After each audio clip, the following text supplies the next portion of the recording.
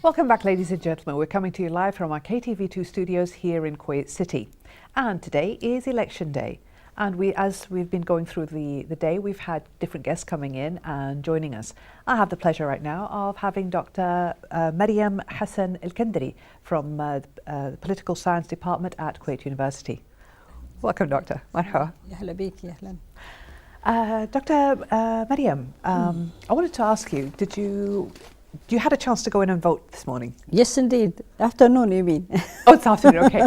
And how was it? Were there a lot of people? It's so beautiful, organized. I belong to the 5th constituency, and it was so organized. And believe it or not, people who belong to Al-Qasur had their own section, and Al-Adan people, I belong to Al-Adan. I had my section. It was so cute, quiet, so organized, so polite, so civilized, I say. You just say civilized style of an election, true, a day. Well, that's amazing, yes. Because it is hot. It's hot outside and it's Ramadan. Everyone's quite tired. You won't feel it. Really, I didn't feel. I'm not wearing what we call a very light clothing, though, and really I didn't have much of difficulty. It's just when you just cross from the car to your, and it was so something like a teeny bitty minute. Okay. And really it was all with air conditioned, organized sitting, beautiful alleys, and oh, perfect. the thing which is missing a little bit of water, that's it. Slightly cooler weather would be good as well. Yes, yes. Dr. Fatma, as I was speaking to you before we went on air, you said you'd been teaching just until a short while ago. Oh yes, we just finished our final exams and summer course, so yeah, we did. Well, we did you some during your summer courses? Do you talk about the elections as it was part of the stuff that was coming in? I actually, Lulu, I teach most of my classes political science, which is Kuwait political government, Okay. Kuwait foreign policy, Kuwait national security. Okay. And I have also the fourth class, which is political sociology also. And in many cases, and all of them, some are really, I have to speak about Kuwaiti political system, social, economic, and cultural aspects. But when we went to political sociology, the student felt more comfortable to apply whatever I say to the Kuwaiti political system, and I do not have the right to say, no, don't think about Kuwait political system, though I tried my best to pull them out to England, to the US, India, Mandela, South Africa, but they kept saying, we will do that and this, but they want to compare with the Kuwaiti political system and where their election, where their democracy is located. So they are trying their best to learn more. To make better decisions, you think, when it's their time to vote? Better understanding of what politics means and what social aspects can affect and how can affect decision making at Kuwait or other part of the world. Do you think they are becoming, as you've been teaching several years now, do you think people are becoming more interested or more diversified? Their information is becoming... Our students are more interested, but the most, with the people who shows more interest in politics now are the students who are not political science students from other majors like medicine, architect, sociology, or even science, math. When they show up at my classes, when they have 101 level, and they are keen also, and they have been working as what we call it, مفاتيح انتخابية. Oh, they work with the candidates. They work with them. Definitely, they work with the candidates during all these years of elections. So they have their own experiences, and they actually feed me back with what we call empirical information. I'm at the university. I read books and read articles, but really once in a while I go to do some field work. But really they are feeding me with the real information and data. Well, it's good because it's a two-way, it's a communication, it's a two-way street. So you learn more about what's going on in the different candidates, the way they think. And they are more into it now. I never thought that they'll go for it. But really the young generation, if they are not no more, we cannot call them young. They are politically active human beings. So do you think this interest has come in after women got the right to vote? Actually, it's not only because women have been taking the right to vote. I think pushing youth toward political blocks been a reason, a big reason. We do not have political parties. We have political blocks, and I think they've been encouraging young generation, males and females, to be part of their election propaganda. So it is not a propaganda; it's something done by people who are really active. So they are willing to work, and they are taking advantage of having young civilized citizens, and by the time they are 21, they'll be part of their election program. Do you think we should incorporate something to do with the government of Kuwait in schools for the younger kids? Let's go say perhaps not elementary school, but the middle school. Do you think that'll help them as they mature to understand politics better? Unfortunately, yesterday I was hearing my own girls talking about politics, and I was in a car with them, and they are around 23, 30 years old. Okay. Amazingly, what they said during they were talking to themselves. What they said something like this: during our time, we did not speak politics, and we did not participate, and we did not know much about the system, what's going on. But now it's different. So that means that really the change has been done during the 20 years, which we never thought that it will happen. They're actually learning. They are learning, and they have their own decision now, because most of the 21-year-old females are discussing political issues, and where they are going to vote, and when they are going to vote, and to whom they are voting. True. So they have the right to do that by their own now. And they are maturing. They are learning a lot more. Does it come? Do you think they are learning just from media, or is it just from family? I think because we had a lot of elections, we have a lot of ministries around, and we became part of this. This is new cultural election and cultural thing, I think they learn more and faster than our days. Believe me, when I was at their age, I never had the chance to speak that much about political affairs. I never had, though I was a political science student, I didn't have that much of knowledge, of information, either bad or good. I wasn't that much active. From the size and the amount of the information they have now, it's a bigger lump sum than mine. I think it's because we actually have the right to vote now, so our vote actually counts. Because when we were looking at the figures, it's 53% of voters are women. Technology also helped, Lulwa. The massive change between the 70s and compared to 70s and now, we do have technological aspects, and it laid its own pressures and their own highlights, and it became the talk of the Diwaniyya and the talk of the setting. Which setting? Any setting, any social setting, young generation setting, middle-aged setting, and also the our age setting. So it became a setting. Political talk setting, I could call it. It's not only Diwaniyya, they speak politics everywhere now.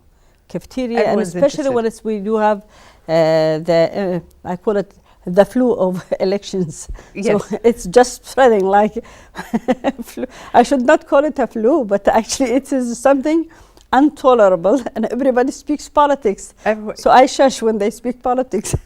Well, because everyone's got their opinion, but I think we've got to we need to establish that it's okay for people to disagree about certain political points of view, but they actually need to respect each other's opinion. I do like that, really, but unfortunately sometimes they do not. You can't. No, they do not agree, and when they agree, they're fine. But still, I think mine are different. Each of them have their own brain, but many, believe me, are what we call followers of a prominent figure, a prominent candidate, a prominent political actor, a prominent star, or anybody. Believe me, they have their own way or attitude or thinking of decision making also of a person, and when and how they're gonna put their vote in the ballot box.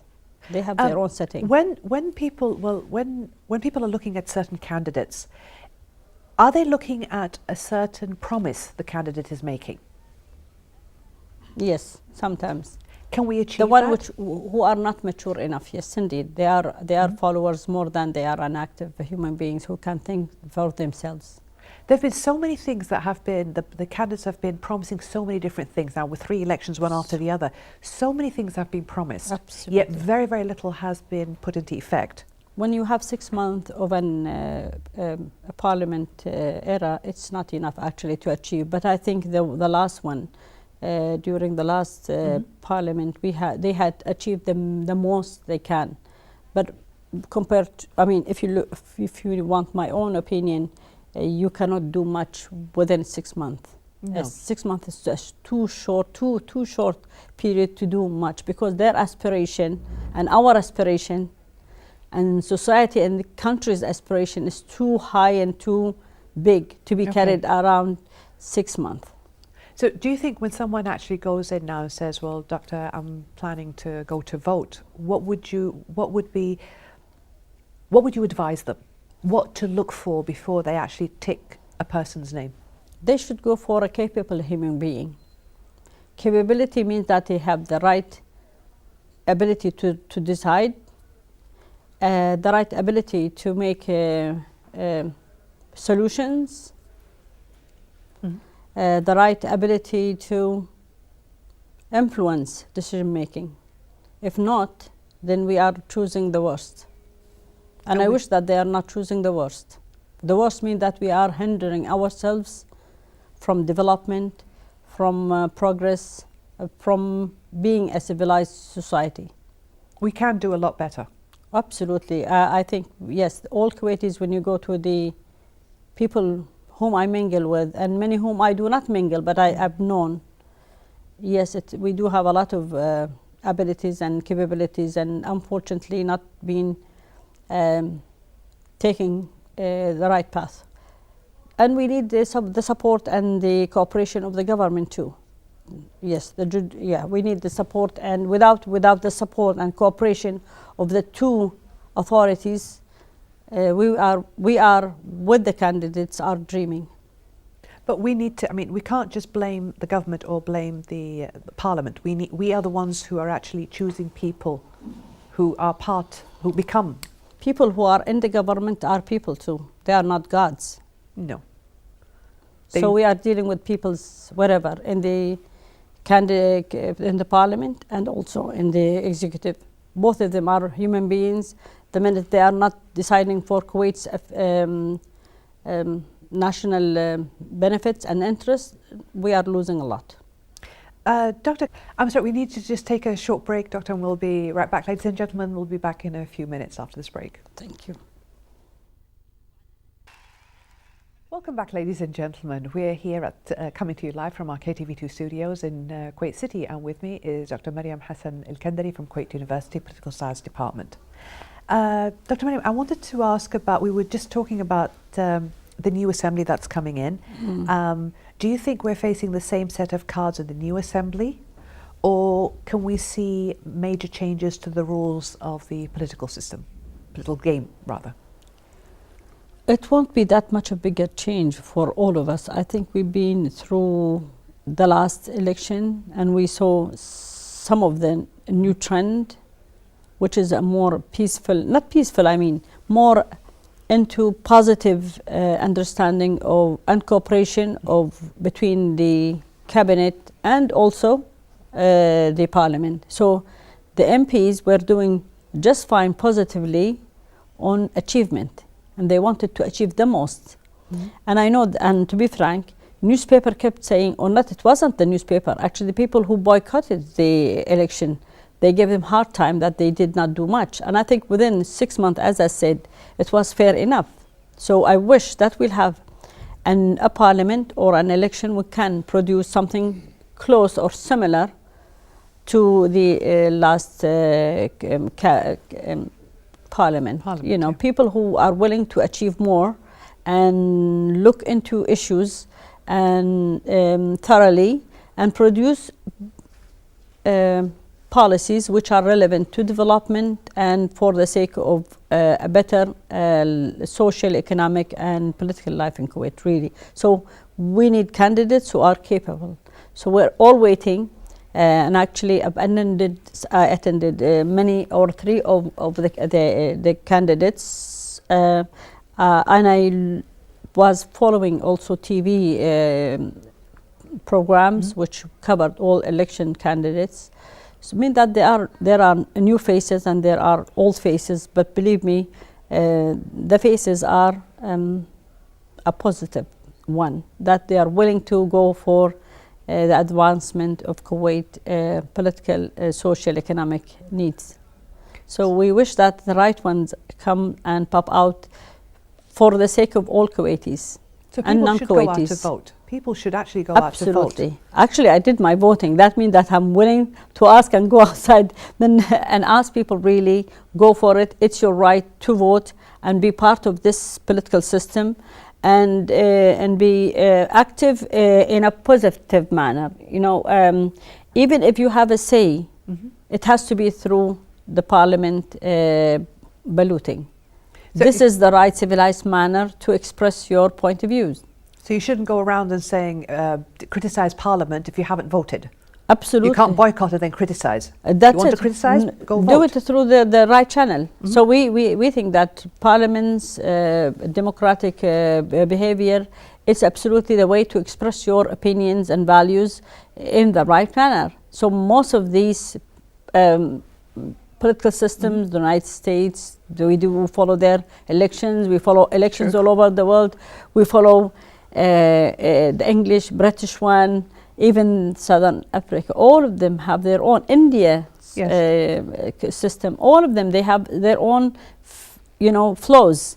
So we are just a political system which is seeking a better understanding of how it can produce a democratic life for all of us. So yes, your vote, your right need to be practiced today, so please go for it, and you have a ballot and you have a beautiful atmosphere and nice people willing to help you to be there, really, from the beginning.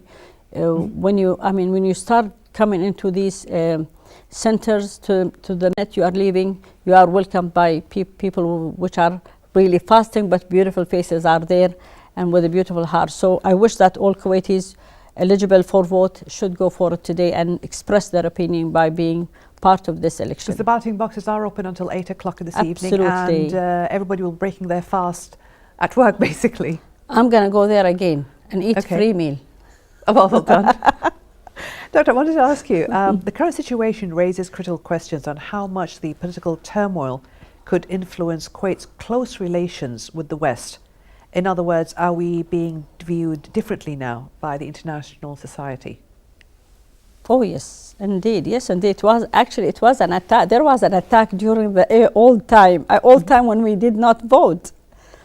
And it was after the liberation of Kuwait, and I think I was part of the system. All Kuwaitis are part of the system, the new system, because we were liberated from that aggression. True. And all of us wanted with a democratic way of expressing ourselves. So we had the chance to be in 2005 to be part of this political process. Unfortunately, before there was a big question mark on many people in modern life. How come you are so educated and you are a political citizen and an activist and a political scientist and do not have the right to vote? True. And really, it was really embarrassing, not only for me as a Kuwaiti human being, but also for the political system. You have a half gender type of a parliament. Half gender means that the gender of males. True. And excluding females. So alhamdulillah, during Sheikh Jaber, Allah yarhamah, we had the chance to be part of it. And when I ask my own children, the students, or my students, female ones, they say, Doctora, we are so glad that we have the right to vote, and we are ready for it when we have the right time, especially when they are the young ones. But the elder ones, definitely, they are so happy that they can and they do have the ability to express themselves through elections. Yeah, because women count for 53% of the it's a big number. Voters. It is a big number. And it makes a difference. Makes a lot of difference. But they did not make that effort to make the difference. They tried their best. But I think I need to be also, in a way, looking at their decision and respect their decision. It need not to be only females. They wanted to be somebody who represent themselves. So their choice, some people, they said, no, they were not in favor of women or females. It's the best candidate. It's the best candidate. Person who has the quality and the qualification. It's not a gender. It's not a gender issue. It has nothing to do with it gender. Is not. It's nothing. It hasn't. But people likes, you know, they say no. A female can talk about female issues, women issues, family issue. It's not true, but it might. It might help. It might help. And Lulwa, why not? Why not? I mean, if you, I mean, we do not. I'm a person who seeks change. I think that I'm a qualified human being. When I have the right to go for as a candidate, I will go. I might go for candidacy. Okay, and then I think that I do have the qualification to be part of the parliament or the ministry even. True. So if you are qualified as a human being, why not? Why not? So, but some people with that typical traditional thinking or brain, you know, style, ideas or borders. They say, no, we are Kuwaitis and we are raised and we are typically in favor of having males instead of females all over the world. Then how come she's seeking education and going for higher educational channels, and in the same time you are not respecting having another female in social economic advanced or top leading managerial positions. So I think it has nothing to do with gender. Working any aspect of life has to do with the abilities of the human being, either females or not females. But if you compare to other parts of countries, especially what we call the advanced countries, you have we used to have Margaret Thatcher. We still have top leading females, beautiful Indira Gandhi. We have Merkel. We have quite a few beautiful ones. Hillary Clinton. We have Condoleezza Rice. All of them are females, and they did a lot for their countries. Maybe they were in favor of being democratic or being, belonging to other part, but still they are doing their job in the right manner within the boundaries of the whole political. They are the right candidates for the right job. They are doing their job to the best. It's not only candidacy. You have surgeons. You have other aspects like political, economic, medical, teachers. You know, they are not looking. When people went to the moon, they didn't say males has to go to the moon. Females. No. You know, the lady she was a Russian lady, and she put her foot on top of the moon. They didn't say that it has to be for males scientists. No. So that's a change what we need to make and work hard to do it. But I think we did our best during 3-4 years of our life, you know, to have some candidates. But actually, she didn't have much chance. She didn't have much support from other males who did not want women to be there. And it's a big lump sum. But it is something that takes time. No, perseverance. It is the right time. But it takes perseverance. I think females in Kuwait have a deficiency. She is absolutely not confident enough to give a female a vote, because she thinks that she is not eligible, she is not capable. Though we know that there are many who are capable. I'm not asking now to give a vote because she is a female. Please give your vote because she is capable. And if this female is not capable, don't give her the vote. That's it. Pick the candidate who can absolutely make a difference. Yes. Can get so the do laws. not. I mean, my judgment is not on a gender base. Okay. But unfortunately, other people's judgment, it's on the gender base. Yes, and that's a mistake. All right. That's a mistake. Kuwait's parliament is the most politically outspoken among the Gulf Arab states. But criticism is typically confined to the performance and its relationship with the governmental institutions and ministers. Is it just a one side of democracy, or is it a personalized experience that only exists in Kuwait? Well, it's a tough question. It's a beautiful question, but a tough one. It's a long one. Yeah, sorry. Okay. Can you put it just short? You know, it is big. We actually, as Kuwaitis, we were raised differently. Okay. We had this type of a democratic discussions since we were born, I think. You're not asking the right person, actually. Oh, right. Okay. Lulwa, my voice was there since I was a baby kid, or something like 20 years or 15 years old. I always take my decision when I was at that age. And I wish that all females and males have the right to express their needs among their families first. So this is the first part of having a democratic life. It's how to take the best decision. If you do not have it, then seek advice. If you seek advice, then you make the right decision. If you learn that, means that we had, as Kuwaitis, this chance. We've had we had. I mean, most of the Kuwaiti houses who used to be among the norms of what is called Kuwaiti social setting. Okay. We had this chance. So we learned to be democratic, or like what called parliamentarian.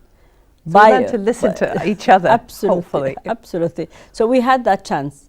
And how we differ or not differ, you know, from other, I respect their cultures too. They have their own style, and they have their own political system, and they have their own political system with their own institutions. So to be unique from our point of view, they think that they are unique also from their point of views.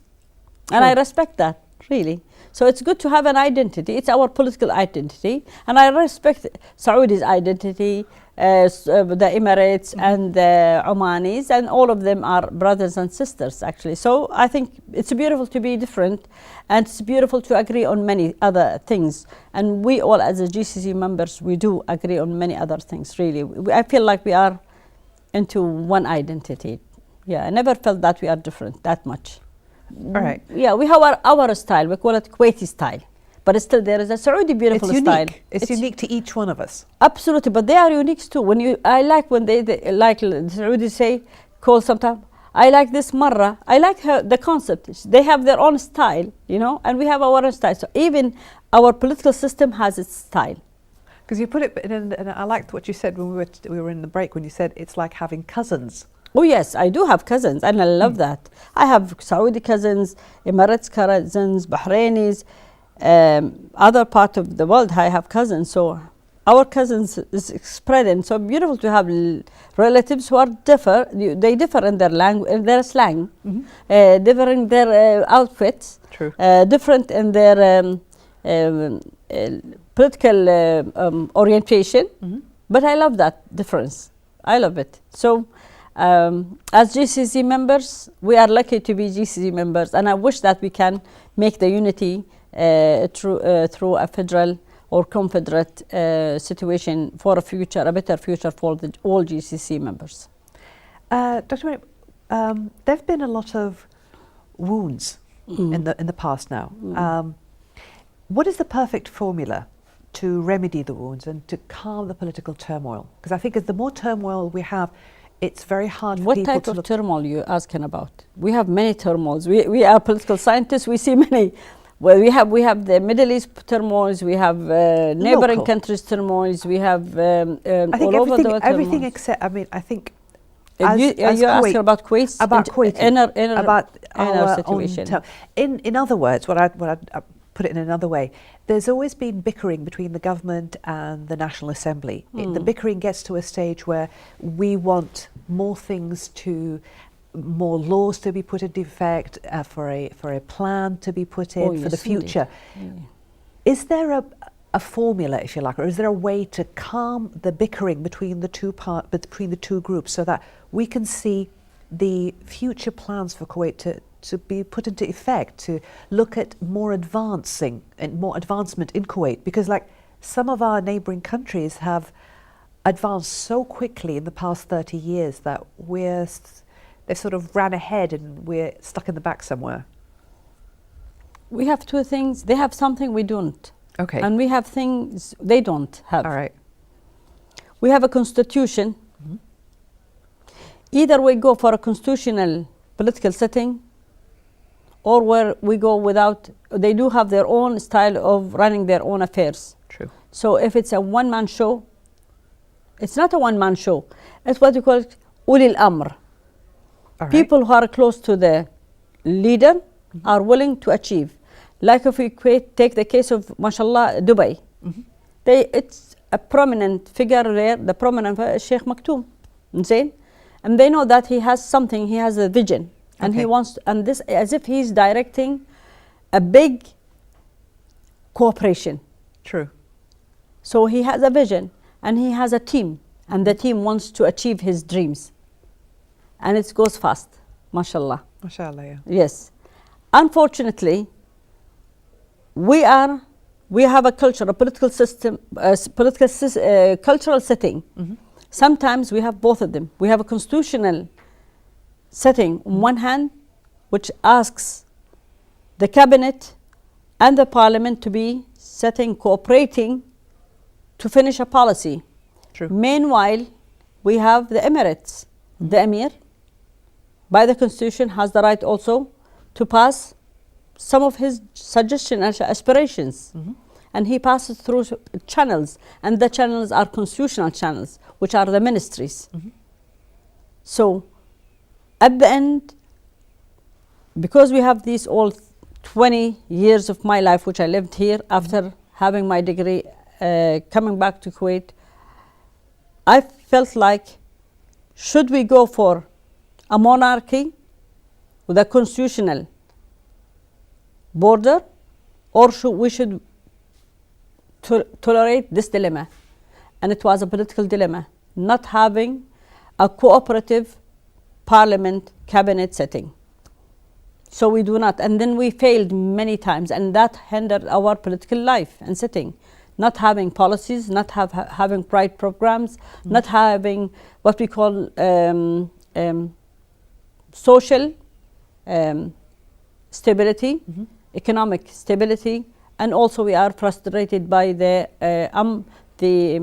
unstabilized situation between other neighboring countries. And when I say neighboring countries, nuclear powers, Iranian nuclear powers and its threats during 20 years, and we are still suffering from not having a solution.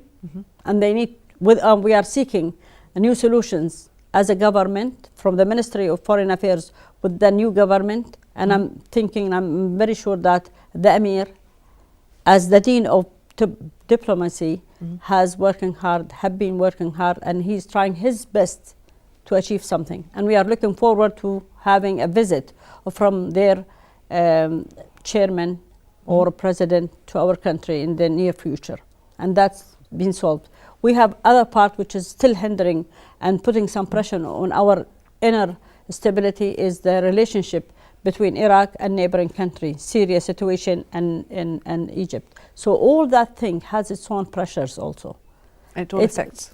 All affect, absolutely affects. And it used to affect when we had, if you remember, when we go back to Lebanese civil war. Yes. For a time, it affected our parliament. Yes. And we had the Iranian war also, it affected inner stability in Kuwait. So I think Kuwait, in a way, policy making has been affected by a lot of out-looking, aggressive moves between situations and neighboring countries, really. So political relations are internally, externally so severe, and it's not been so quiet for a while, for a long time, actually, a long time.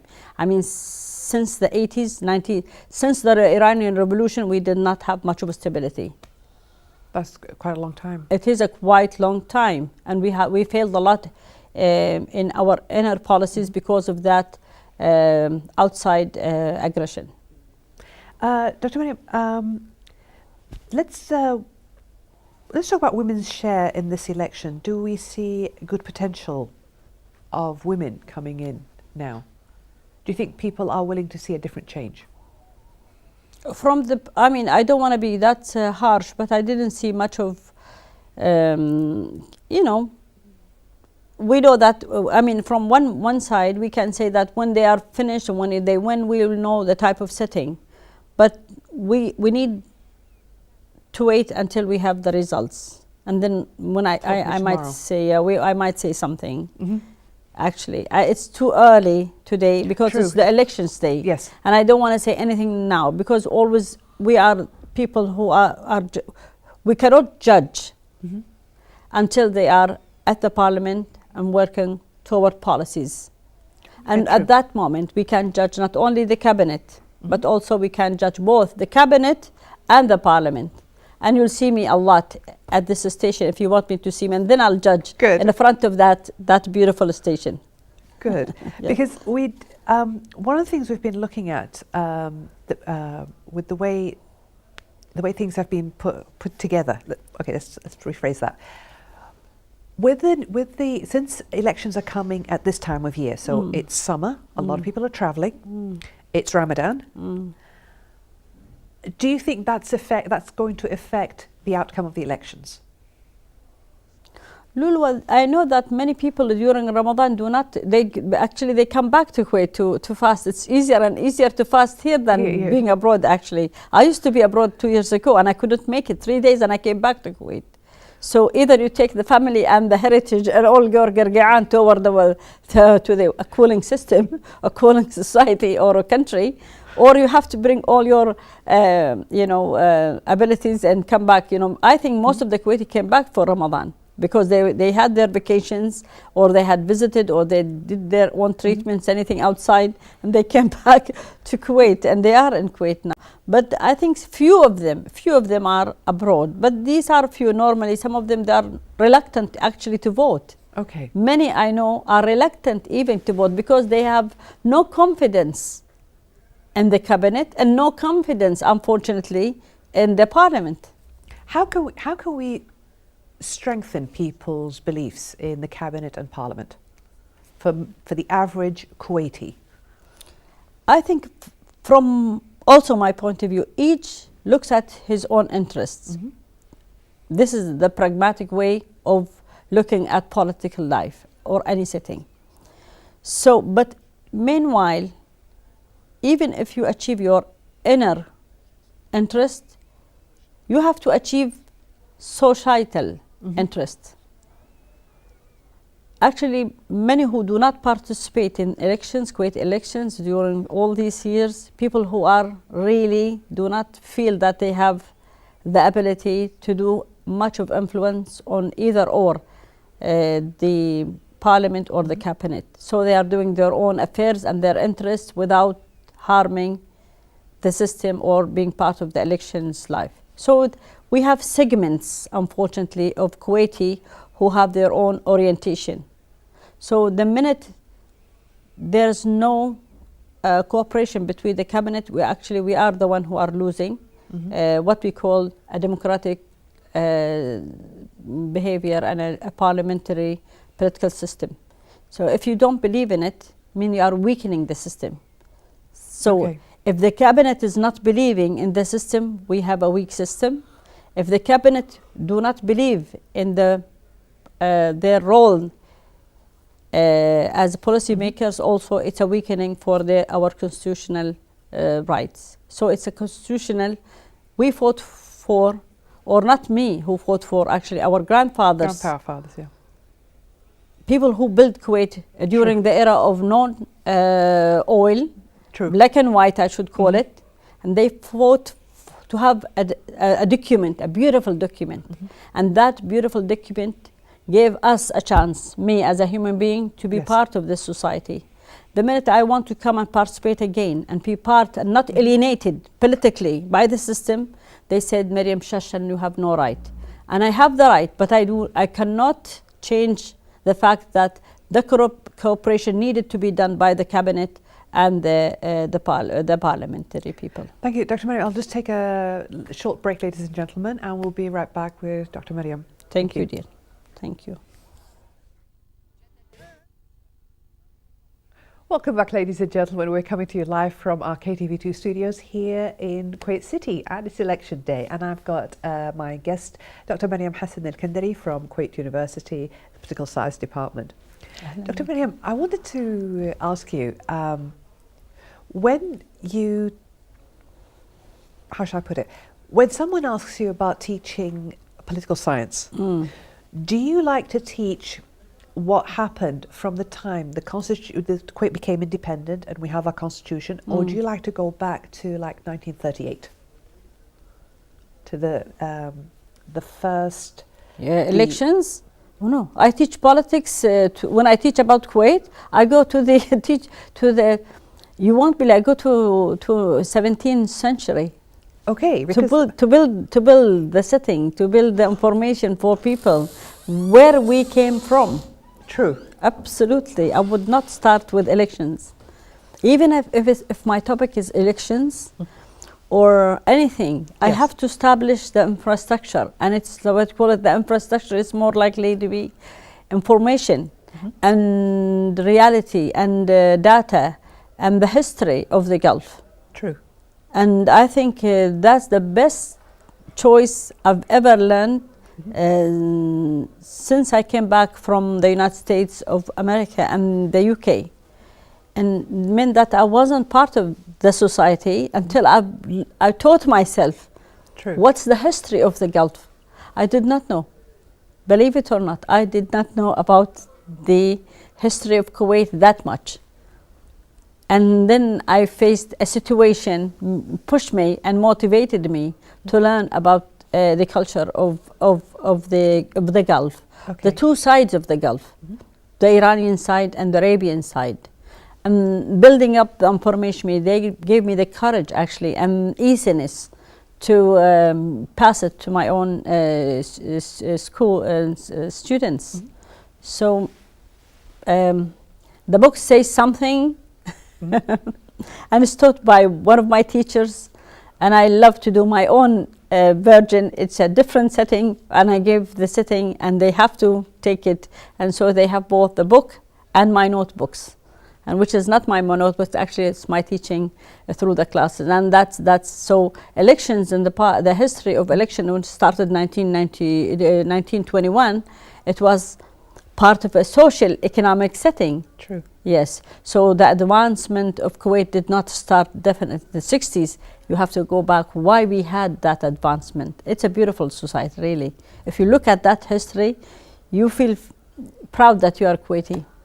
We need to teach the younger kids more about that part of our life, because a lot of them don't know much about it. Actually, I think the establishment of teachers, social studies teachers, is a thing. Actually, all teachers need to be top in their teaching profession. I'm lousy at science, maybe a little bit, but the worst is math. But when it comes to social study, it's my thing. Forte, yes. It's my thing. So I think I took advantage of loving that subject. So when I love the subject, mean that who taught me that subject. So I always pray for the teacher who taught me the subject and made me love social studies. So I belong to a generation where Kuwaiti teachers and non-Kuwaiti teachers taught me the politics of the Middle East, and the knowledge of the world, and the knowledge of being modern and not modern. And that happened during younger age, when we were at elementary level. So the quality of the teacher need to be a significant element in the educational process. Would you advocate if someone came to you and said, Dr. Maryam, we're thinking of teaching, introducing some form of political science into the studies of children as young as like 10 or 11? No, I will not accept that. I wish that our educational process changes now. Okay. From being mimic or just reciting things into introducing problems any simple problems, any Okay. simple for the child, and ask him to participate in solving the problem. Okay. So if he learns how to produce ideas and solutions, then he learns the right process of How to solve, being- how to deal with other people? how to be democratic actually in the future. True. True. Yes. That is, because it is It is so interesting. simple. It is simple because any problem, simple problem, even packing his bag, it's a simple problem. He doesn't know how to pack his bag. Who's going to teach him how to pack his bag? Either he teach himself, or I could say a mom or a teacher or somebody. But I think, how about we make the curricula itself has its own beautiful chosen problems which fits the age and the abilities of a young child, and teach him how to solve the problem. Teach a child to become more reliant on himself Yes, or herself. relying with and sharing with others. All right. And that's part of the educational system in the UK, because my children was taught there when I used to be a student there. Because how come and then how did you learn, and what did you learn when you were at Kuwait schools? I'm actually a student who belongs to Kuwait governmental schools, but at that time we used to use our own intuitions, and we try, but we did not have much of a space actually. That we learned in the extracurricular courses, not in the pure mainstream course. So Okay. I think if we want to reform the educational curricula, yes, we have to change all that reciting process into puzzle solving, problem solving, and case solving abilities. And from that part, we are initiating a democratic political system among our own future generation. Thank you, Dr. Maryam. Just any last words before we leave? I wish you the best in Ramadan. Thank and you. I wish the security, stability for my homeland and other part of the lands, Arab and non-Arab countries. And we are beautiful human beings, and we will keep ourselves and the Kuwaitian and neighboring countries as beautiful human beings who can achieve the best for the future of the world. And we will. Inshallah. Thank you so much for taking your time with us today. I know it's hot and you'd rather go home now. It's Thank been a you, long dear. day. I'm so thirsty. I need to have a drink of a glass of water. Yes, Soon indeed. it'll be iftar. Soon. Inshallah, inshallah. Thank you so much. We've just had Inshallah, the Aziza. pleasure of spending some time with Dr. Maryam Hassan Al-Kanderi from Kuwait University's political science. I'm sorry, it's been a long day. We've had the pleasure of having her here and we're talking about different things. And when we come back, we have another guest who'll be joining us. Stay tuned. Thank you. Thank you, Habuba.